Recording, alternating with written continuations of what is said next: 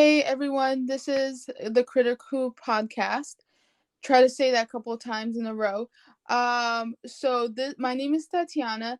This is I'm Abby, and we're going to do our first episode.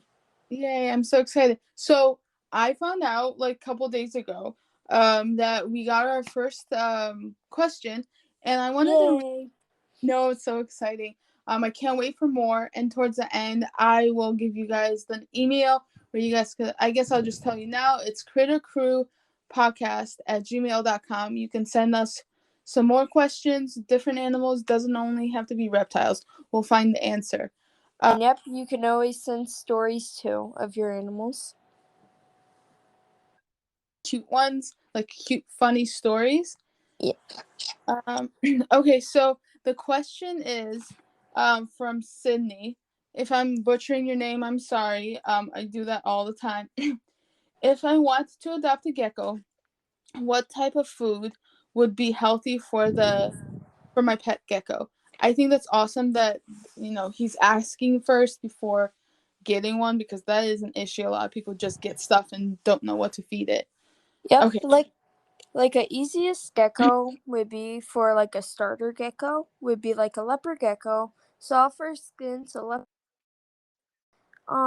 leopard geckos have like a protein diet of worms, crickets, roaches, and have calcium and stuff in their diet. So does that mean, sorry, I don't want to interrupt you. I'm just curious. Does that mean that they like, because I have bearded dragons? Does that mean that they can't have greens, or do they also eat greens? They do not eat greens or fruit. They only eat like worms, crickets, roaches. That's really it. And then they have their calcium and Oh, vitamins. okay. So I guess there are supplements. Do, there are other supplements, so they would all have to be just like protein based. Yeah. Them. Okay.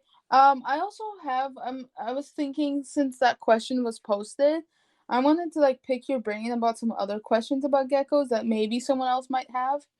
Oh, does that change so does the diet vary between, like, let's say crested geckos and leopard geckos? Because I know that's also a type, but it's a little different.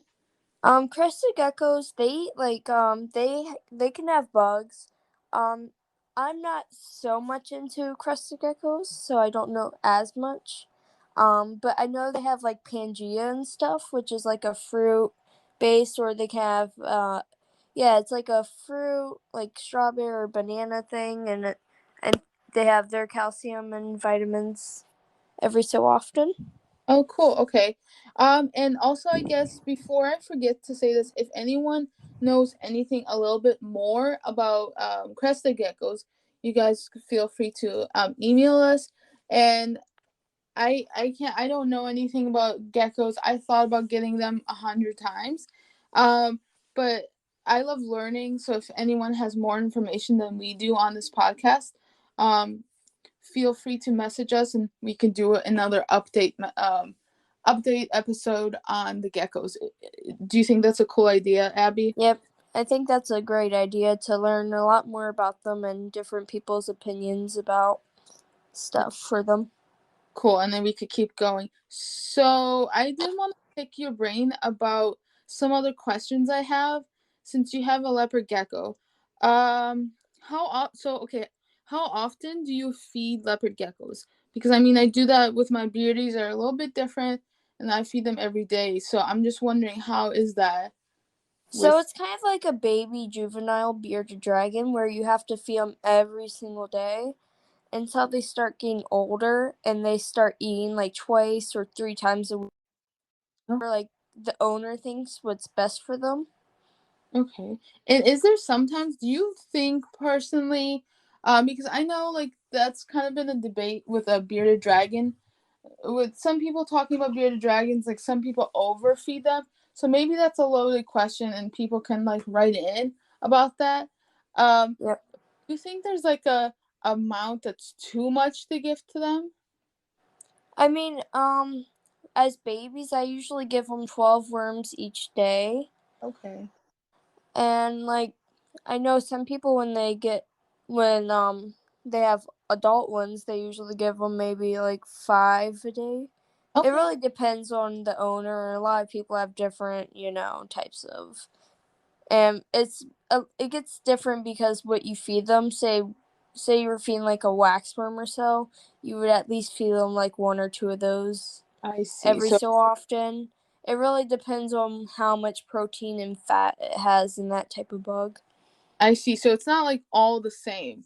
It's not Yeah, like, no, I could give 15 waxworms because then is that going to be like the equivalent of like a hamburger or something? yeah, like wax worms, they get very fattening and like stuff, like especially with every single type of, like for bearded dragons, they're not always the best. They're always good as like treats here and there. Okay, cool. That really helped help understand geckos a little bit. I'm actually like always constantly debating on whether I need to get one or not, but I might need to hold off for a little bit with my zoo, how big it is. Uh, so okay, I guess I have a few more questions and then to pick your brain about. Does does oh, I already asked that. Do leopard geckos and crested geckos need UVB? Yes, they do. Oh, So a cool. lot of people get into a debate of no, they don't need it, no, no, no. And then there's people that say yes. I say yes because it's good for them to, not get MBD or anything. They always need their natural light, like if they were to be out in the wild. Always. A lot of people use it for their crusties too. It's always light in there too, not just all heat and stuff. Okay. So you guys, I guess you kind of answered my last question that I can think of right now. So you said heat. You mentioned that. Oh, I guess I have one after that. I just came up with something. But I'm assuming you do need heat lamps still. It's not like you could just use the UVB. Is a UVB just enough, or would you also have to have a heat lamp as well? Um, so a lot of people get in a debate of, oh, you need a heat pad and you need a heat light. As long as you get like a heat mat, like, and like get one of those temperature things and see how hot and like cold it's in there. But yes, you do need a heat bulb and stuff. Okay, so I guess you just have to kind of keep track of the heat, not just like turn up the heat too Yeah. much. What is the temperature that's like an average temperature? They So for me right now, I have it on my heat side at least 85 degrees, and then on the cold side, it's usually like 70 something. I forget. I might have to check. I could be wrong on this one, okay. but I have to check Okay, that. we can always come back and like on the next episode. I was thinking like maybe do a corrections like section that like, oh, so this it was not right, or I got more information. Maybe we can like briefly bring that up of some other information that we got from the previous episode, and we could add that in if that sounds cool. You want to Yep, do? that's good. Okay, cool. Um, I had another question, but it totally left my brain. Um, so I think that's it. I'm sorry if you guys hear my dog in the background. She's a nutcase. Um, that's probably something we'll probably be talking about in future episodes about dogs and breeds and um different type of characteristics. I know I'm randomly just a little off topic. Um, You're fine. I just wasn't sure if you could hear her insanity behind me.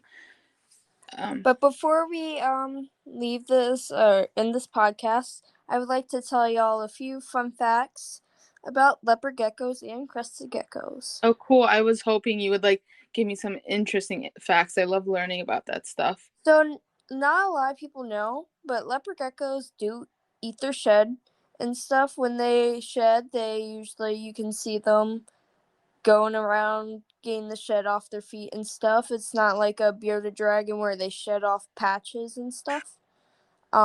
They actually shed it off full way, and they eat it off of them to get nutrients and all that other stuff. That's so crazy. Sorry. I didn't mean to interrupt. You're fine. Um, so if like these these leopard geckos, they usually as a lot of people say, they scream. They make weird scream noises when they're like they can be scared, happy, whatever, but they do scream at you. Oh, that's cool. So it's like they have a little conversation, so you kind of know how they're feeling. Yeah, a lot of people say they bark at you, as Right. say. Um, so I think now we're gonna get into maybe some crested gecko fun facts. Crested geckos have a nickname, the eyelash gecko, due to the ridges that run along the top of their eyes. That is so cool. I think those are so cute. And it really depends. I'm not too sure is actually correct. But I'm pretty sure that crested geckos, when they lose their tail, it will not grow back. I could be wrong. I have to do some more research on that one. But I know a lot of people say they do not. And another fact is they do not have eyelids.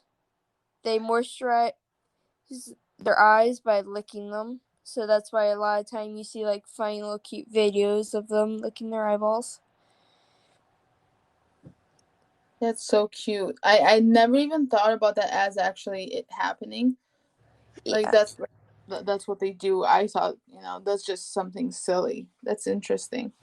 And one thing to tell, a difference between like leopard geckos and crested geckos is leopard cresties. They can actually stick to like glass and other things and all these random things. And leopard geckos try to do that one. They think they're Spider Man, but they can't.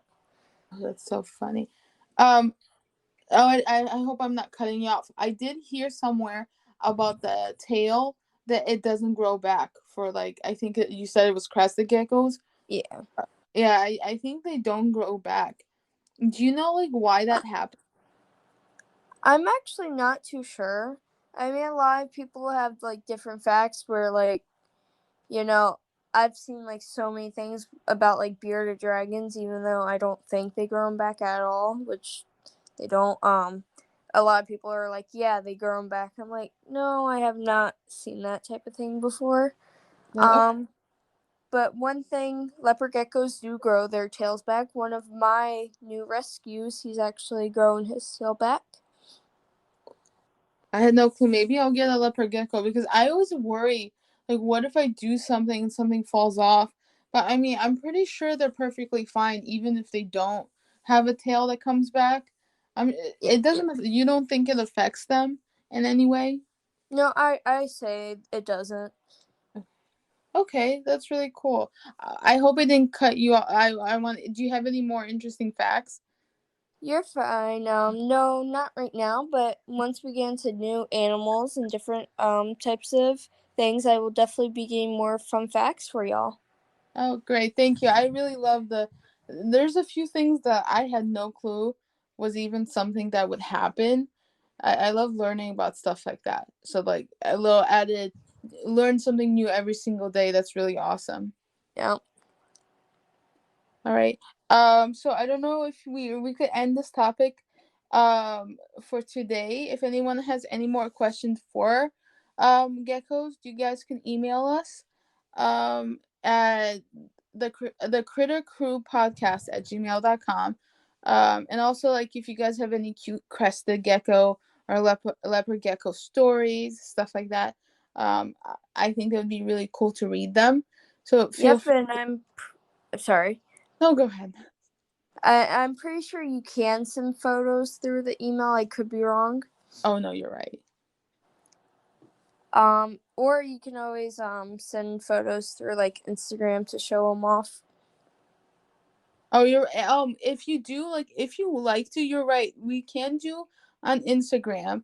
And then if you guys also want to do have us post your pictures. Just send us like an your picture and then the okay to say, hey, I want this picture posted. So if you guys are interested in doing that, I think that would be a fun thing. Do you think, Abby? Yes, it will be. We'll definitely tag you in the photos. That's cool. I'm excited to see more stuff added to more discussions, more cool, interesting topics about animals. Even just we could revisit crested geckos. The more we learn about stuff, the better we can make our animals' lives. So I think that's really cool. Yep, and y'all can always give us ideas of what you want us to talk about, a bunch of different things. We'll definitely try to answer your questions as much as we can. And if we can't, we'll ask other breeders, our friends on Instagram and stuff, and we'll definitely try to get them on a podcast episode. Awesome. Thank you so much for um, answering some of my additional questions. You're I hope we welcome. get to do more of this stuff. Yep, All right. See ya, Abby. I hope you have a fantastic night. you too. All right. Bye, Bye. everyone. Bye.